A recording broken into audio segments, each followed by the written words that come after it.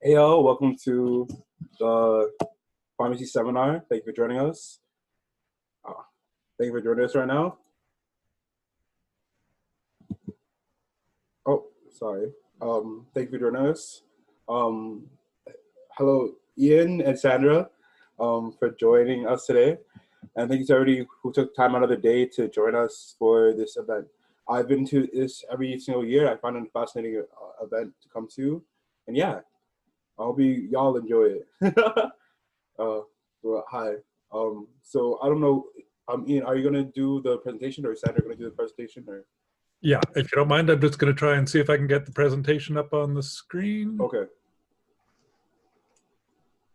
Let's see if that works. That's working for me. Is it working for you? Yeah, I can see it. Okay. Do you want me just to dive in? I think most people are here. Michaela, do you mind can you check to verify? We have, 26 people. So it's okay. We're also recording. Is it okay if we record this as well? Oh, absolutely. Okay, thank you. So yeah, we're gonna record this. That's a big mistake. Okay. So I'm gonna let you start. So thank you once again, and yeah. Okay, I'd like to describe basically our PharmD program at the Leslie Dan Faculty of Pharmacy, and basically what it does, how to get in, and all sorts of other little details. So, it used to be a Bachelor of Pharmacy. It's now a PharmD degree. It allows you to leap even higher buildings and go even farther. When it comes time to get hired, PharmD is basically better than a Bachelor of Pharmacy. The point here is that in order to enter the program, you have to have been in university prior to that, just because we require university level prerequisite courses. It's a 4-year program in total. And once you graduate, you'll then be able to turn around and write the PBC, that's the licensing exam. So you will then be a practicing pharmacist. Used to be that being a pharmacist was relatively simple. There wasn't that much knowledge out there. As the knowledge has increased, as various things have happened in this world, it now gets to the point where we want to have somebody who comes out and they're really knowledgeable about how drugs work, but also they should be able to talk to people, they should be able to work in teams. So we used to be just teach them the science and the rest will come. We're now at the point where we are, saying we want to make sure you get out there and succeed. So it's a combination of coursework, laboratory instruction, a lot of hands-on learning, a lot of experiential rotations in various settings. So by the time you graduate, we hope that you're both competent, but also confident in what you're doing. Okay, so that as I mentioned, it used to be a lot of science courses. Now a larger component of it is out there and getting experience. We can teach all sorts of stuff in the classroom. However, when you actually get out and start practicing, it can be quite a different experience. So for example, between your first and second year, we expect you to spend 160 hours in a community practice setting, basically out in a pharmacy, just to see how things work, how the world really works. We expect you to do the same thing between years 2 and 3. In year 3, you're going to basically focus on academic and lab-based course. However, when it comes to year 4, of the 52 weeks of the year, 35 of those will be spent out in rotations. So it could be in a hospital, could be in a private pharmacy, could be an educational rotation. The point is that's the point where suddenly you go out and you start experiencing what it's actually like to be a pharmacist. I like to hang around in the lobby of our building in better times. And one of the fun things was to see the 4th year students coming through, and you could tell they had that holy cow moment recently, where suddenly they realized that people trust them as a pharmacist. What they're doing is affecting people's lives. So that the whole point is that our program is a lot of learning, and I won't sugarcoat it. There's a whole lot of material to learn, but also a lot of how to interact with people, how to interact in a work environment. So the idea is you can go out with our program and basically be a well-rounded individual. Okay, so what do we teach you? As I mentioned, there's a lot of science in there. So things like you need to know how the human body works, when it stops working, how do you get a disease state. We'll do things like target receptors and metabolic pathways and specific diseases and why they happen. So you'll have courses like anatomy and pharmacokinetics and biochemistry, pathobiology, molecular pharmacology, the most important one, microbiology, because I teach it, and toxicology. So that these are basic science program or courses, but they're skewed a little more towards what does a practicing healthcare worker, what does a pharmacist need to know. The next step is that we come along and we do pharmacotherapy courses, and that's kind of a next level up. You take the basic science, and for instance, if you want to know if something's amiss, there's a lab test. Lab tests can be a little bit less straightforward in what they actually mean, so that we will explain to you, how the lab tests work, what they mean, what sort of tests should be ordered. Also, what sort of strategy or considerations in treating a specific disease and condition. So if somebody's got congestive heart failure, what sort of drug would you give them? What sort of things is it likely to cause?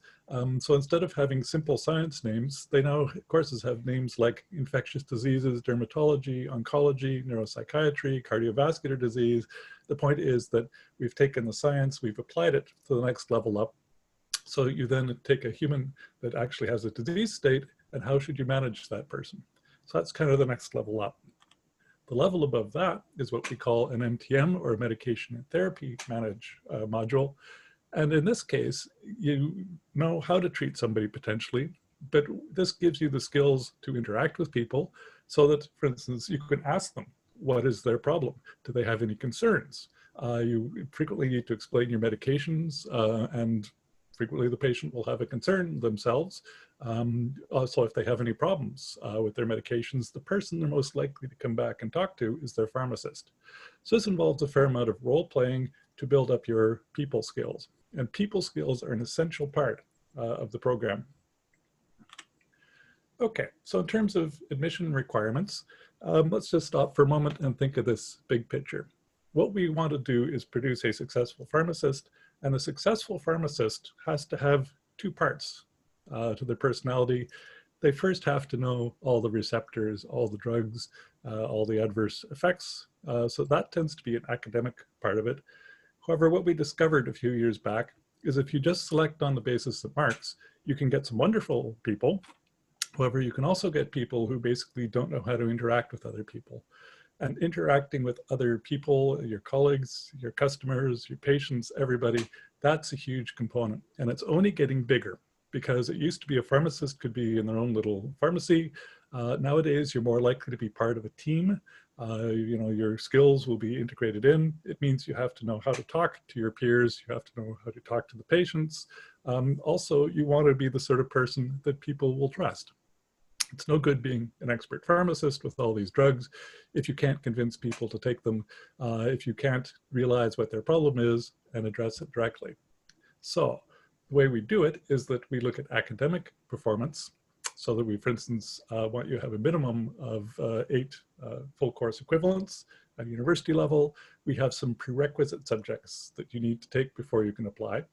Also, we want you to do reasonably well in your courses. So in this case, a minimum cumulative average of 70% is what we require. However, if it's higher than that, it's to your advantage, because it's likely to put you higher up on the list of people who will offer admissions to. There's also non-academic requirements. Until recently, that involved bringing people in for multiple mini interviews. However, because of current conditions, that's no longer possible. So we use things like CASPER, which is situational judgment test. We get some sort of interview online process. And what we're looking for is, how do you react on the fly to various situations? One of the great things about the MMIs is people used to ask me, well, what's the correct answer in all these interviews? And I'd sort of look at them and say, well, the point is, there isn't a correct answer. We just want to see how you function. If you want to sort of strip it down to its bare bones, what we're doing, at least with the MMIs, we used to bring candidates in, and the people who were doing the interviewing were pharmacists. They were our faculty, our students. It was a big process. If you phone up a practicing pharmacist and say, how would you like to spend a day indoors interviewing people for the pharmacy profession, they actually say, yeah, we really would like to do it. I'm not a pharmacist personally, but one of the things about pharmacists is that they're really interested in people coming into their profession. They're very collegial, very cooperative, so that when it comes to the interviews and seeing who's coming into the profession, they're really interested. Another way to look at this is, during these interviews, we used to think that we were interviewing the students, but also the students were interviewing us. And frequently it comes down to looking at somebody and saying, if this person were a pharmacist, would I want to go to them? Do I trust them? It comes down to saying, well, you know, one day they may be a student, but after that, they're going to be a coworker, and it's quite possible someday I'll be working for them. Is this the sort of person I would like to interact with? Okay, in terms of the prerequisites, we used to have a much longer list. We have pared it back. So it's currently here, 1 full credit equivalent in biology, 1.5 full credit equivalents in chemistry, 1 full course equivalent in math. Part of that has to be calculus, and then 1 in humanities, social science. You may be at this point wondering, oh, what course numbers are those? Which should I do? The easiest thing is to try and look it up. However, please contact us. Here today is also Sandra, and we have an incredible group, Sandra and Heidi. You can ask them virtually any question under the sun in regards to admissions, and they can answer it off, you know, just rhyme it off. I don't have that ability, but these two are absolutely amazing. They're also really nice. So please drop them an email, give them a telephone call. If you have any questions at all, they are really good at sorting things out. Okay, important dates. Well, the application cycle for this year opened up September 18th. It hasn't closed yet, not even close. So there's what's called an early bird deadline. So if you want a reduction in various fees and issues, December 1st is a good day to keep in mind. The final application date is January 8th, 2021. As I mentioned, you need to have these online assessments so that the last Casper test before things start closing down for us is January 5th, 2021. In terms of the first date where we want to start getting transcripts from you, that's January 29th, 2021. Obviously, the transcripts will cover courses you've already taken, but they won't know what your final mark in courses you are currently taking it is. We then schedule interviews. So those are typically in March and April. Used to be in person, however, because of circumstances, we've been moving them online. We then want your final transcripts. So these will report how you did in the course that you're currently taking. And then we put this all together. There's a magic formula, which they won't tell me what it is, of course. And we then aim to have offers go out June 11th, 2021. And then it used to be early September, we'd all get together and we'd see what our new first year class looked like. Okay, how to prepare. First thing is, personally, I would sit down, look at yourself in the mirror and say, do I really want to do this? If you really want to do this, it means that you appreciate that dates are coming up. You prepare for your courses to try and maximize your marks in order to give yourself a better possibility. Doesn't hurt to make a little checklist. What do I need to do when? And make sure it gets checked off and done. So, so I mentioned we've got a website. It's a really good idea to check this on a fairly regular basis, but particularly in summer, so that you have what our latest information is. We do make minor changes in our requirements from time to time. At that point, you sit down and say, okay, I need these prerequisites. What are the course numbers? I want to make sure that I get into them. You want to make sure you have the complete list done before you apply. As I said, this can be a little bit tricky. Please contact us. Sandra and Heidi are wonderful people, and it can be complex. Do well in your coursework. The idea there is we want you to demonstrate to us that you have the ability to get through the amount of coursework in the program, and I'm not going to sugarcoat it. There's a whole lot of coursework. It can be quite intense, quite heavy, but the point is we want you to succeed.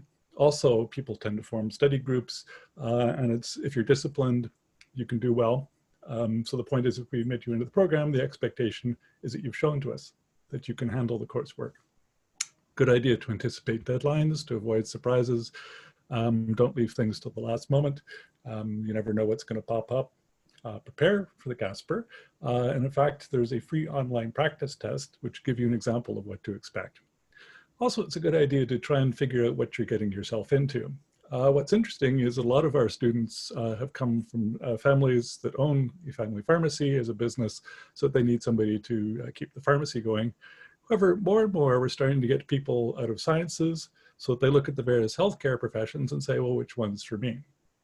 So if you want a little tip, one way to understand the profession is I would go around to your local pharmacy, particularly at a time when they're not likely to be busy, and say to the pharmacist there, I'm considering pharmacy as a profession or a career.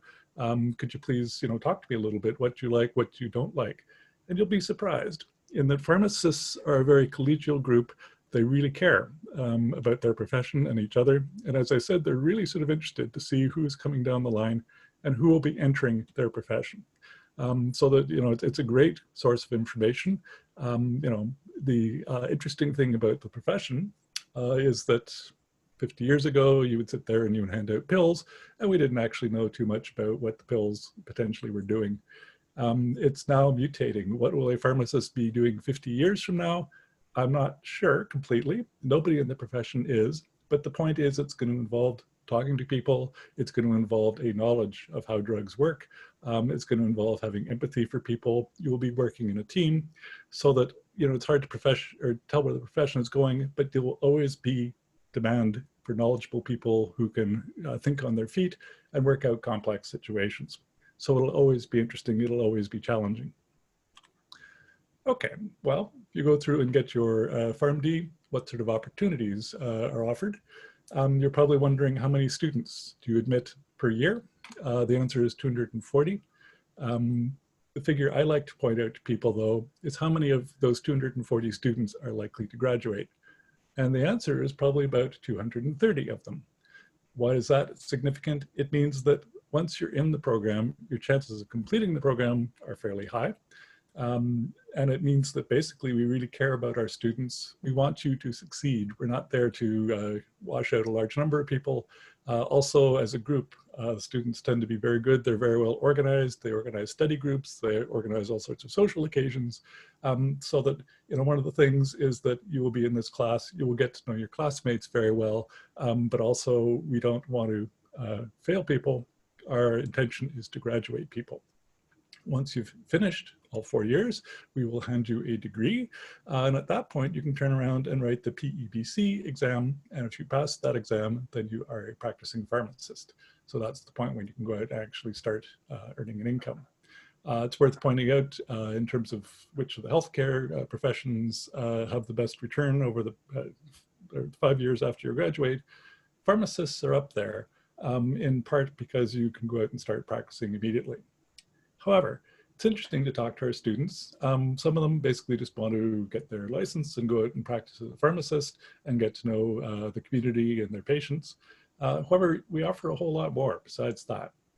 You can do various types of graduate training as well. So you can start specializing things. Some people that graduate out of our program go off and work for the pharmaceutical industry. They're always looking for sort of new areas of research, how to improve their products. Other people basically go into healthcare IT. So one of the sort of things is once you have a pharmacy degree, it'll allow you to be a practicing pharmacist, but it depends really on what your interests are. I know some people who say, I just want to graduate and go out and start earning money. That's wonderful. There are other people such as myself who have spent way too long in the education industry and are just interested by everything, so that no matter what your interests are, basically we have a job prospect that will cover that. Plus, as I mentioned, the interesting thing is we don't know what jobs will be coming along in the future. We don't really know precisely what you will be doing, but it's going to be interesting. It's going to be an essential job. Okay. One of the things that's worth mentioning is that U of T is a big place. Last time I checked, we had about 70,000 students. They had a budget of around $1 billion. That's with a B. However, in pharmacy, I think we're a little bit different.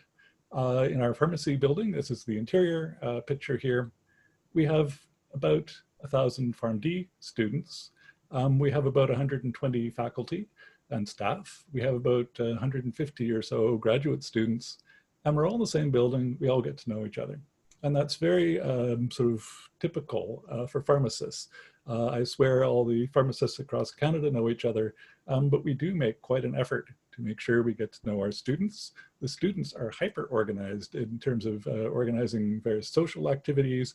Also, as I mentioned, people who come into the program, the chances of them graduating and become licensed is very high. Once you're one of our students, we take a lot of interest in you. Also, it's worth pointing out that a lot of the people I work for were former students. So we like to think of ourselves as pharmacy as a family. That's a family with a PH. But the point is that we do get to know each other. The profession is very inclusive. It's sort of very, we don't complain, we more like to go out and collaborate and get to know each other.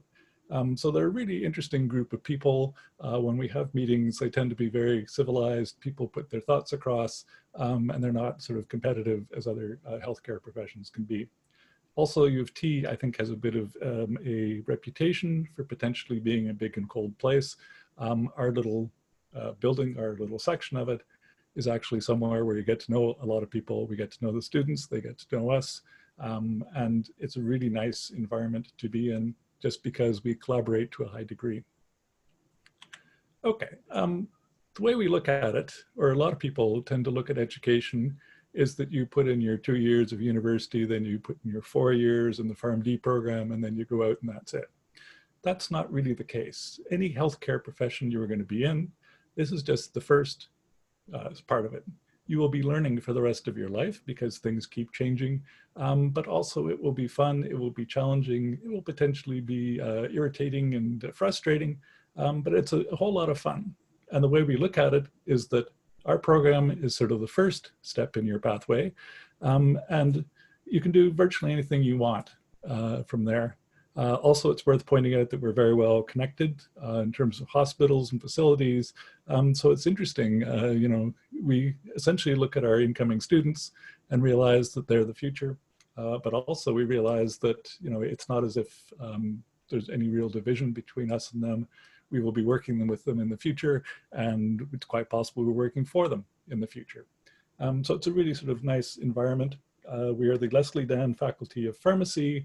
Occasionally you'll see this fellow wandering through the lobby. He's got white hair. That's actually Leslie Dan. And he makes a big point of getting to know the students, of getting to know the place.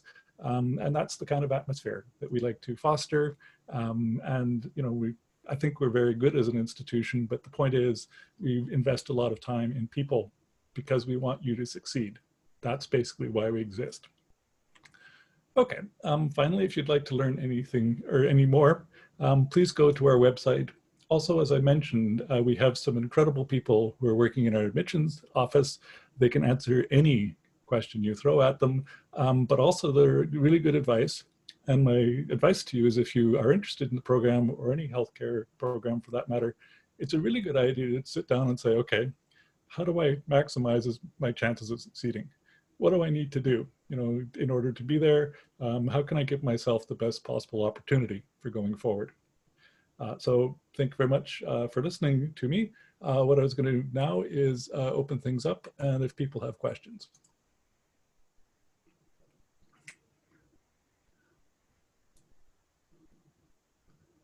Oh, I see Sandra has joined us. Hey, also, is there any questions in the chat? For anybody? Yeah, while Ian was presenting, actually, there was one question, and it was about the interviews and the format of the interviews. So this year, we will not be conducting the MMIs, which are the multiple mini interviews. We did use MMIs for about 10 years, but as of this year, we will still have an interview, but it will be an online interview. And it will be using a video-enabled platform. I'm not quite sure what platform we will use, but some sort of video-enabled platform. And so the plan is right now that we will have recorded video questions. And so you're not actually interacting one-on-one. It's a recorded question, and then you'd be given a certain amount of time to answer each question. And I don't know how many questions there will be. That is yet to be decided, but for sure, it will be some sort of video-enabled platform that we will be using. I hope that makes sense. The details, unfortunately, I don't have, and I don't even have details on the exact dates on when we would be running these online interviews. I know that it would be through March and possibly through the early part of April, but I don't have exact dates. As soon as we have the information, we will get it published on our website. And if you do apply, for sure, the applicants would get all the detail that they will need. So I hope that helps. That was the only question that I did see in the chat. Let me just check again. Sorry, just to confirm, so the LMIs are going to stop starting this year. You're not gonna have them next year either, right? As far as, yes, that's the plan, is that MMIs are gone. And so even though we will be using some form of interview, it will not be MMI going forward. Okay, and will that interview kind of be like the last deciding factor, or will there be like another follow-up interview? So after the academic cuts, so there's the academic cuts, the initial academic cuts. Yeah. Then there's the CASPER test. So everyone has to meet a minimum threshold on the CASPER test. Then it would be interview. So yes, the interview typically is the last cut, but we still have final transcripts coming in. So what could happen after we have final transcripts, there still could be a bit of a shift in academics, and there could be a little bit of a higher cut in final selections in academics, but it just depends on the applicant pool. We don't know yet what's going to happen with the applicant pool. If there were well over 1,000 applicants, I could see that maybe the minimum requirement could go above 70. And so during final selections, there may be a bit of a shift in the minimum at that point. But typically, yes, the interviews would be the final cut. Okay. Yeah. And it looks like some more questions have come in on the chat. So someone is asking, what courses are considered to be part of humanities and social sciences? Basically, that's anything that's non-science, non-math, and not a language course. So history, philosophy, religion, those are good examples. I mean, there's many others, but as long as you stay away from anything that's part science or part math, then you should be fine. And we only require 1 FCE, which is 2 half credits in humanities, social sciences. Another question, in our program, major, minor, etc., there are prerequisite courses that we need to do. What happens if we have to take these, plus the requirements for pharmacy? Wouldn't there be a problem with course overload? And the answer to that is, in the past, sometimes yes, because in past years, we had many more required courses. So it was more difficult for students to plan and get all the required courses within just 2 years of university. However, now that the requirements have changed, effective as of this current admission cycle, it's much easier to meet the admissions requirements. Our requirements now are basically first year biology, first year chemistry, plus another term of a second year chemistry. So for most students, they would have at least organic 1, 2 terms of math, and most students are already taking 2 terms of calculus to meet requirements of other science programs, and 2 terms of a humanities or social science. And that's also required as a degree requirement for all programs anyway. So this year, it's much easier to meet all of the subject requirements.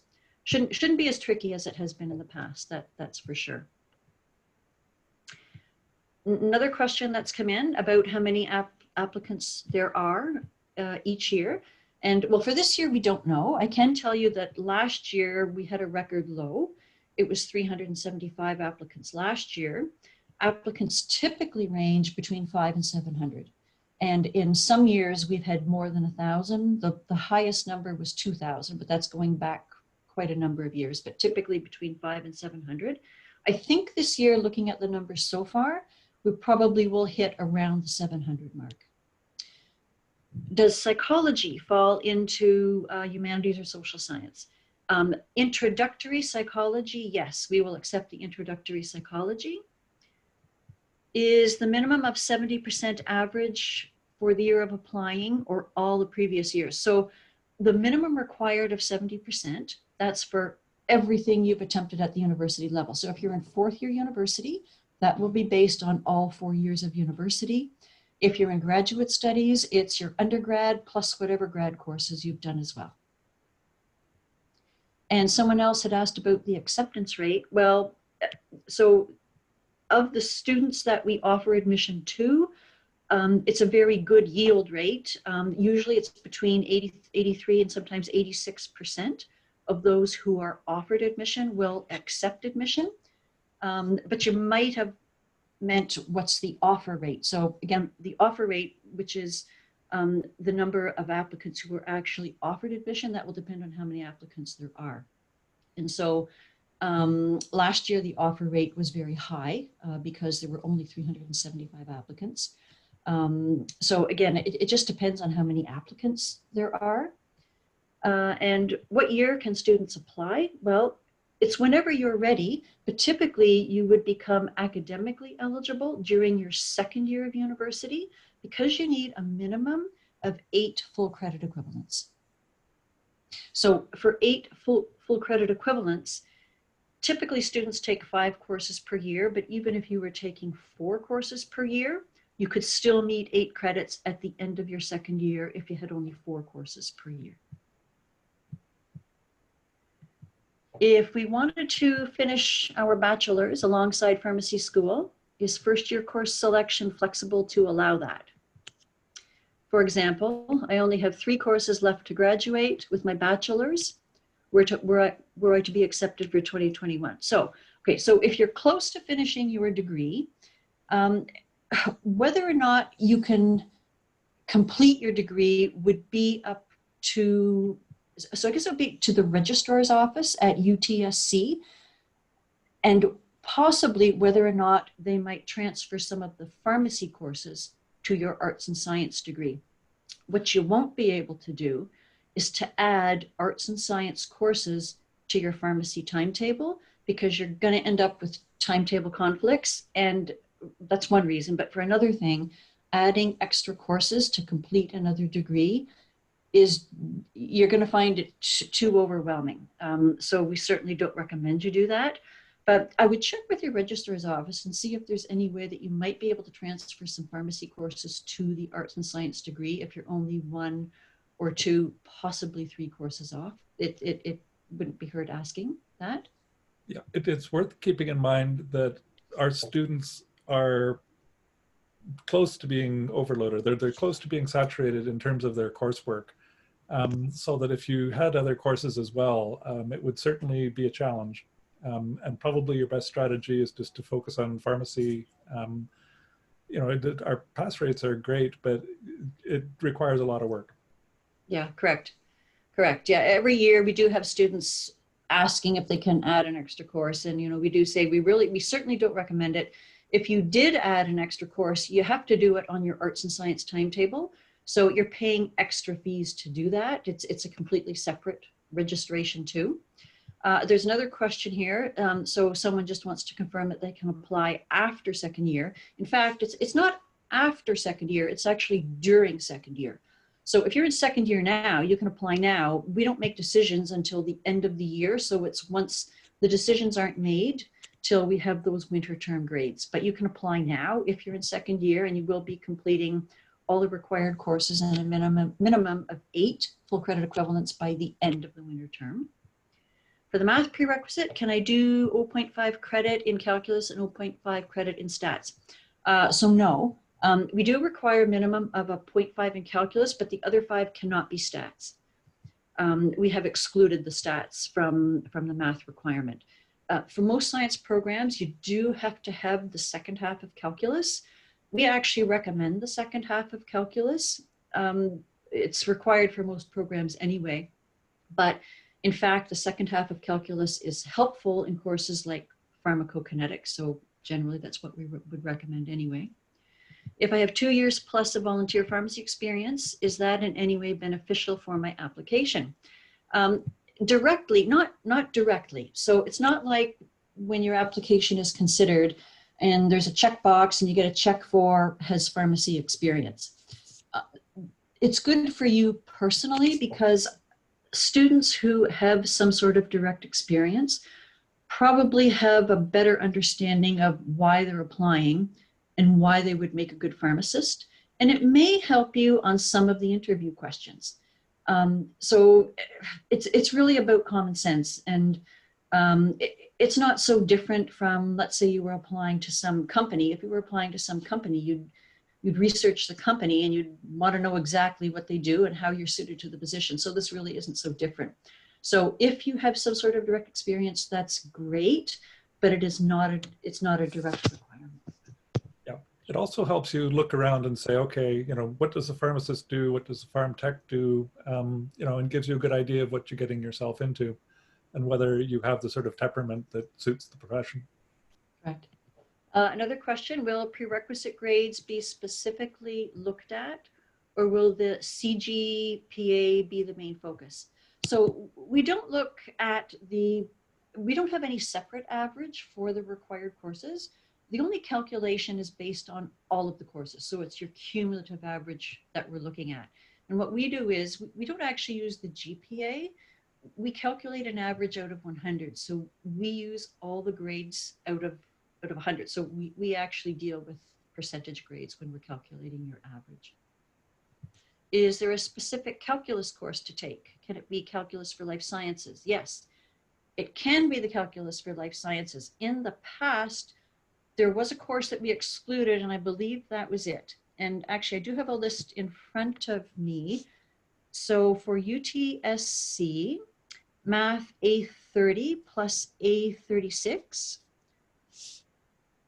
or A31 plus A37, or, and this would be new for this year, is A29 plus A35. So I believe the A29 plus the A35 is the calculus for the life sciences. So yes, we are now accepting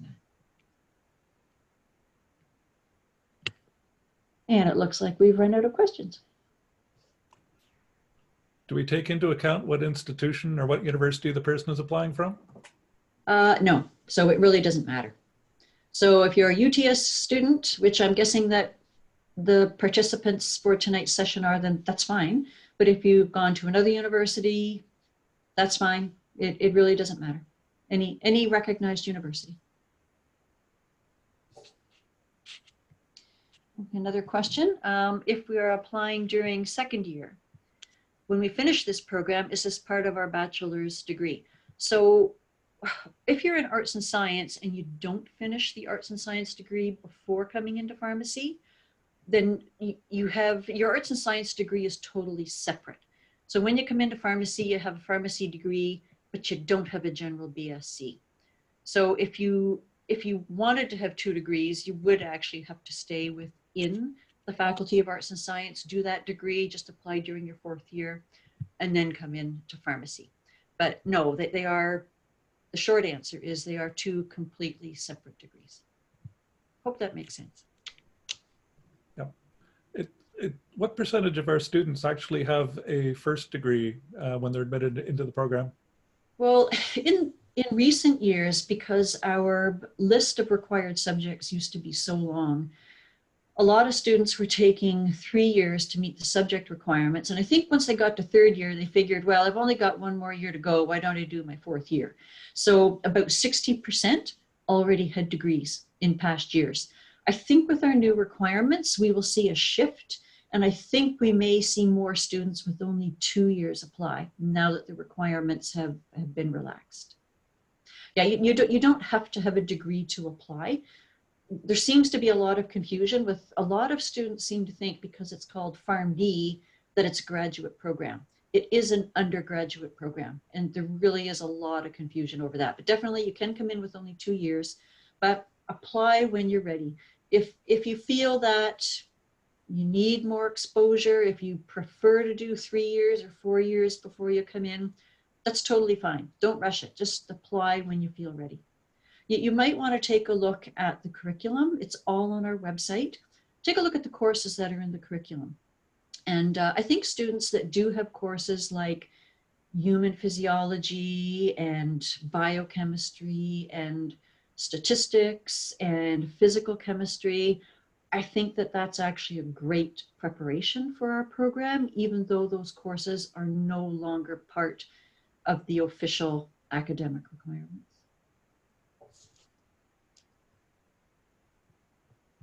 Another question, so can we finish 4 years in the arts and science degree and then apply to pharmacy to receive a degree in that? And yes, that's right. So if you decided to stay in arts and science for the 4 years, get your arts and science degree, then you come into pharmacy right after your 4th year, then you get a pharmacy degree. So you've got 2 degrees. You've got a BSc in whatever, chemistry, biology, plus a PharmD. So that's 8 years of study. And it looks like we've come to an end in questions again. Hi, I had a question. Actually, 2 questions, if you don't mind answering. Go ahead. Okay, so my first question was, I know that in the past, U of T Pharmacy had a requirement for students to take full course loads during the semesters, because I know that pharmacy students have to take, like, I don't remember if it was 6 or 7 per semester. So does that requirement still hold this year, or? No, it's not a requirement. We say recommend. Oh, recommend. Notice it does say recommend that you have at least 1 year where you do have a full course load, which is a minimum of 5 full credit equivalents from September to April. However, it's not enforced. So if you are a student who's applying and you've never taken a course load of 5, it's not officially some sort of disadvantage. It's really for your own good, so that when you get into the pharmacy program, you're going to be prepared for that course load, because it's not a part-time program. You can't take it on a part-time basis. Okay, thank you. And then my second question was, with the PharmD program, you get the license to become a pharmacist, but I was wondering, beyond just becoming maybe like a retail pharmacist, are there other different pathways to like different careers within the pharmaceutical industry that we can pursue with the PharmD program? Like, if you could just touch on that a little bit. Yeah, for sure. Ian, you probably have a... Yeah, we get some people who go through, get licensed, go out and work in a pharmacy. We have people who then turn around and they work for hospitals and they conduct clinical trials of various drugs and sort of figure out or try to advance the practice. I know of a couple of students who work for pharmaceutical companies and they're doing detailed analysis of drug use and how to improve uptake and compliance.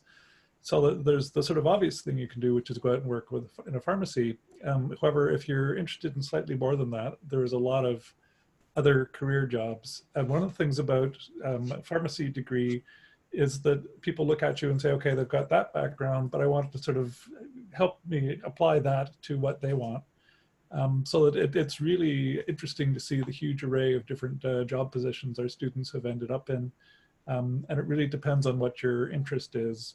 And you know, if people have previous degrees, frequently they'll sort of try and focus on that particular area and continue on.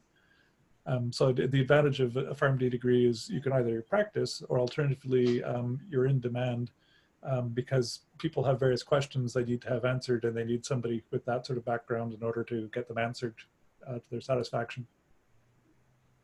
Thank you. So I see there is another question. If I'm interested in drug research, would it be more beneficial to stay in arts and science, or would it be better to go straight into pharmacy? And so I think that probably would have to be a personal decision, because if you come into pharmacy, certainly you still could go into drug research, but to go into drug research, you probably are going to need a graduate degree as well.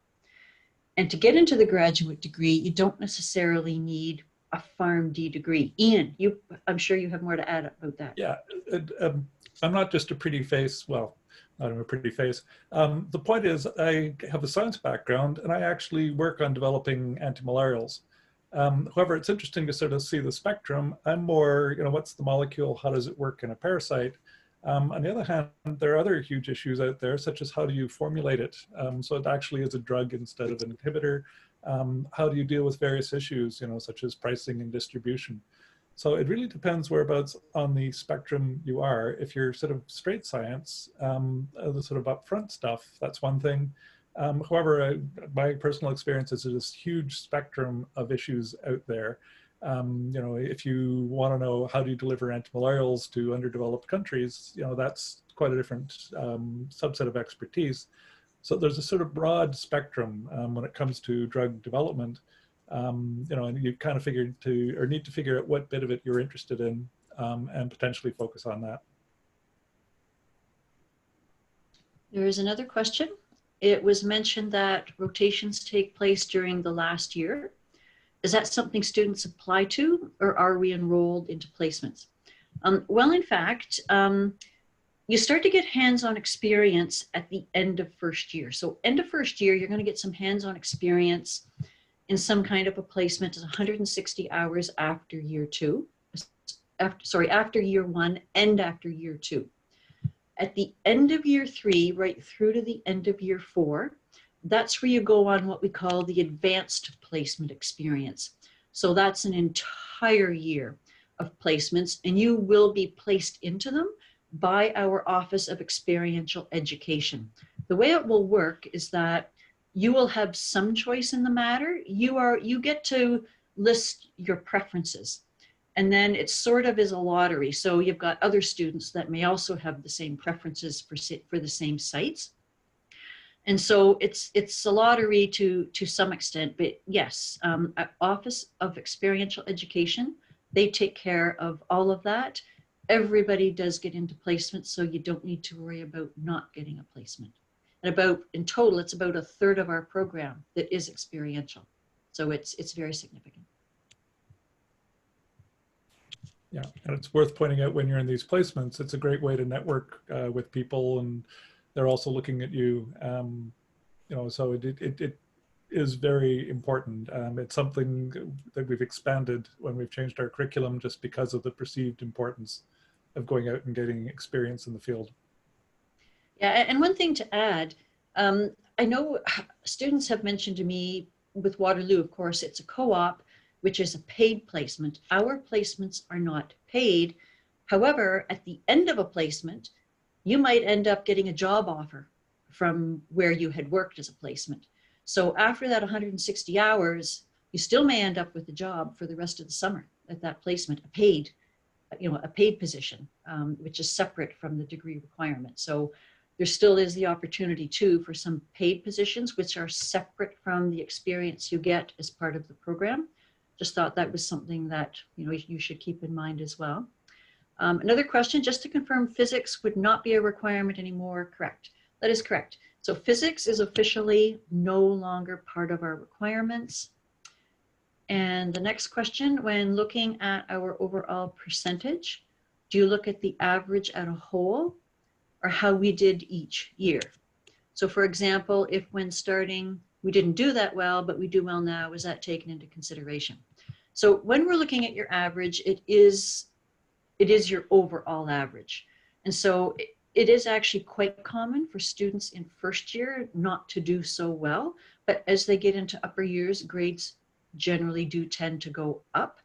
And so as I said, it's your overall, and there's no difference in how we weight the courses from year one, year two, year three. They're all weighted exactly the same. How much does it cost to apply for the pharmacy program? Well, the application fee itself is $250. If you're applying by December 1st, it goes up to $300. If you apply after December 1st and up until the deadline of January the 8th, the tuition fee, if that's what you're interested in as well, is right now it's $18,000 and some change. Plus there's an incidental fee. The incidental fee is about $1,400. So you're very close to $20,000 once you add in the tuition plus the incidental, and that's per year. And next question is, how do residency placements work? Well, for residency, there's a hospital and an industry residency. And so residency is not required. You can opt to do a residency at the end if you work, and you apply for that. So, and it depends on how many resident spaces are available. And I don't have the details on exactly how those placements will work with me. Ian, you might have more information on that. Yeah, I will confess I'm a little bit vague on this topic. I know they exist. I'm not sure how they works. As you mentioned, the mainstream is what we call the APPEs, which are the 4th-year rotations. Yeah, well, what I was referring to, or the way I interpreted this question, was the residency after the students graduate. So as opposed to the in-program experiential requirements. So there's the in-program experiential requirements, and that's what we call the APPE. That's end of 3rd year right to the end of 4th year. But then once students graduate, you can still do a residency in addition, if you wish to. And so, I'm sorry, I just don't have the information with me offhand. But if you wanted to email me at s.parna@utoronto.ca, and I'll find you the links and I can get you the information if that's something you think you might be interested in. Next question is, how would it be beneficial to take co-op throughout? So our program is not a co-op program. So co-op, that's the Waterloo program. So a co-op program is structured a little bit differently than our program.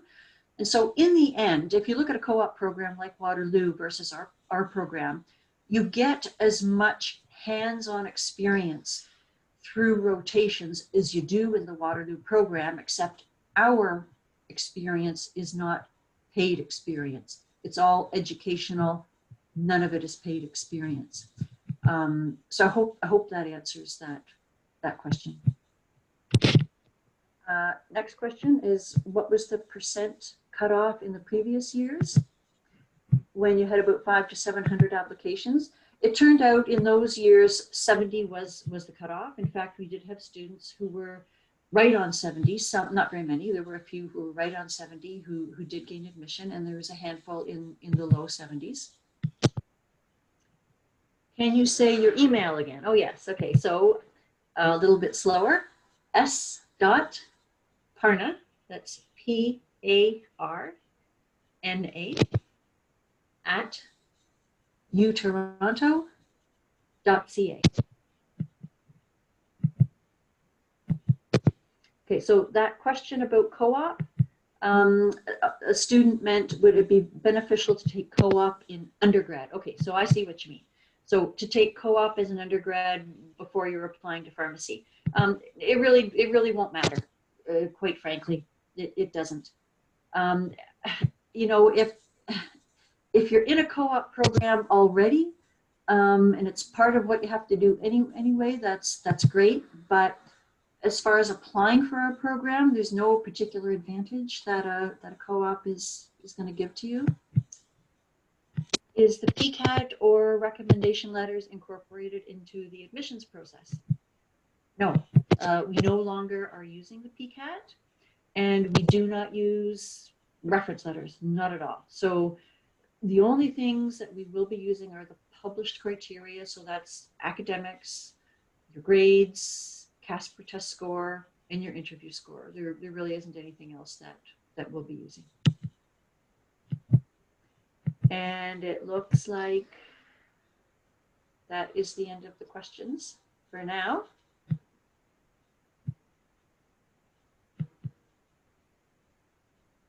Yep, that looks like that's the end for now.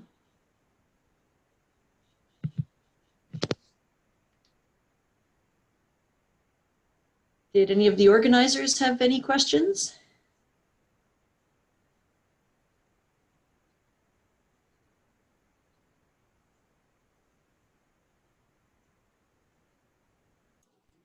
Hi. Do we still Did you have have some any questions? Not really. Actually, I had a question.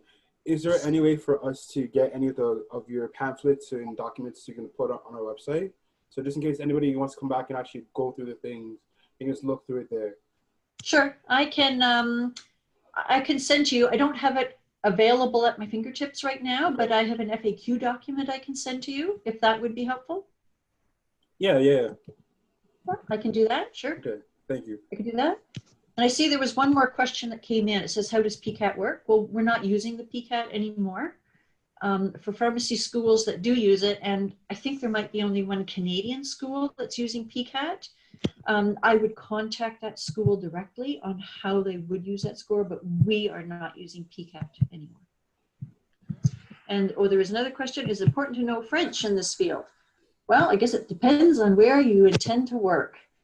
Within Canada, I would say what a great advantage if you're fluent in French. Ian, you may have more to add to that. Yeah, it's actually a very interesting question.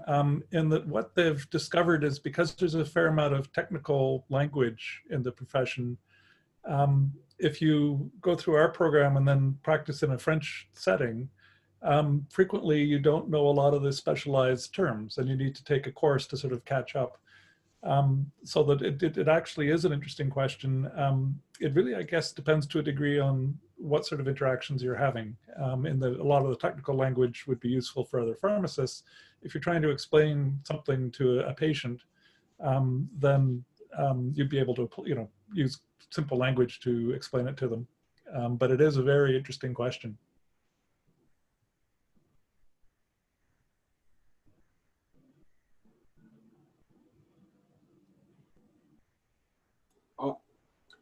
So there's no further questions for the interviewers right now. I would like to say thank you. Oh, sorry for the presenters right now. I'd like to say thank you for coming out, especially after work and stuff. But yeah, the Zoom recording will be posted on the EPSA website, as well as the Discord. So come on the Discord. It's gonna be lit. But yeah, so thank you for coming out once again. If y'all have any more questions, please send it to either the person at my EPSA or academics at my EPSA. We can forward it to them at their emails. Or if you want to rewatch the recording afterwards, it'll be on our website and we'll have the pamphlets and everything there as well. So once again, thank you. Thank you everyone for coming out and have a great night. Yeah. Okay, thank you, everyone. Yeah, thank you very much for this opportunity. It's nice to be able to explain who we are. If we come over a bit, hyper interested in the whole profession, that's kind of the case. So thank you for checking us out and for this opportunity, and nice to talk to people. Oh.